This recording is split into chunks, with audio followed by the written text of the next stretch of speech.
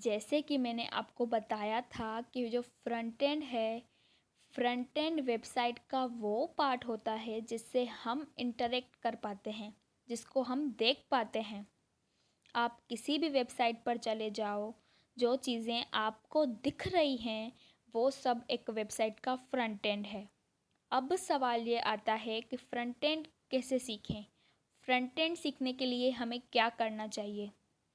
तो front end सीखने के लिए आपको ये 3 चीज़ें सीखनी होंगी, जिनमें से पहली है HTML, दूसरी CSS एंड तीसरी जावास्क्रिप्ट।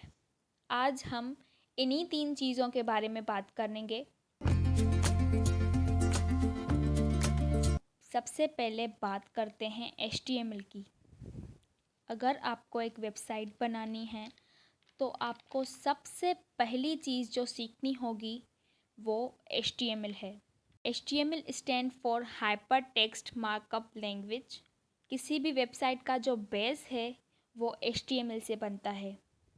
ये बेसिकली एक स्केलेटन है किसी भी वेब पेज का, किसी भी वेबसाइट का।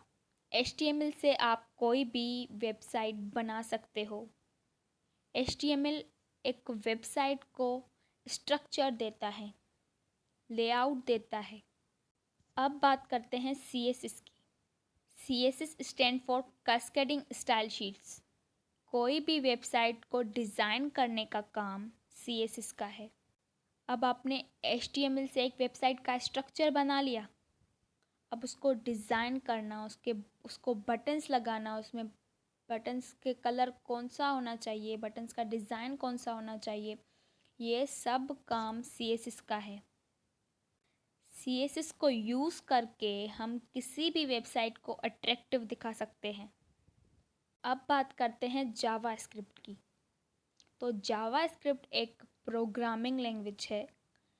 कौन सी चीज़ पर क्लिक होने पर क्या होना चाहिए, वो सब चीज़ें हम जावास्क्रिप्ट से कर सकते हैं। जावास्क्रिप्ट एक वेबसाइट को लॉजिक देता है। जावास्क्रिप्ट क्या करता है, फंक्शनैलिटी डिफाइन करता है। हमने एक वेबसाइट का स्ट्रक्चर भी बना लिया, उसको स्टाइल भी कर लिया, उसमें बटन्स भी लगा लिए। अब उन बटन्स को क्लिक करने पर क्या होना चाहिए, वो सब जावास्क्रिप्ट का काम है। अब हम इन्हीं 3 चीज़ों को एक एग्जाम्पल से समझें तो आप एक घर का एग्जाम्पल लो।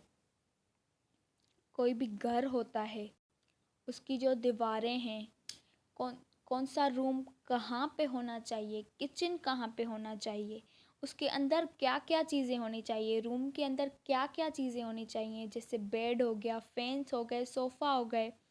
तो ये सब HTML है।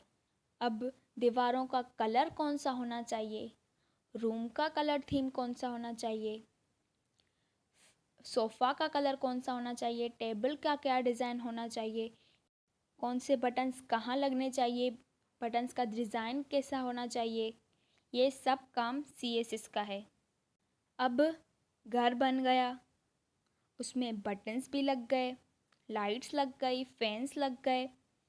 अब हम अगर बटन को दबाएं तो हमारा फ़ैन चलना चाहिए, लाइट्स जलनी चाहिए।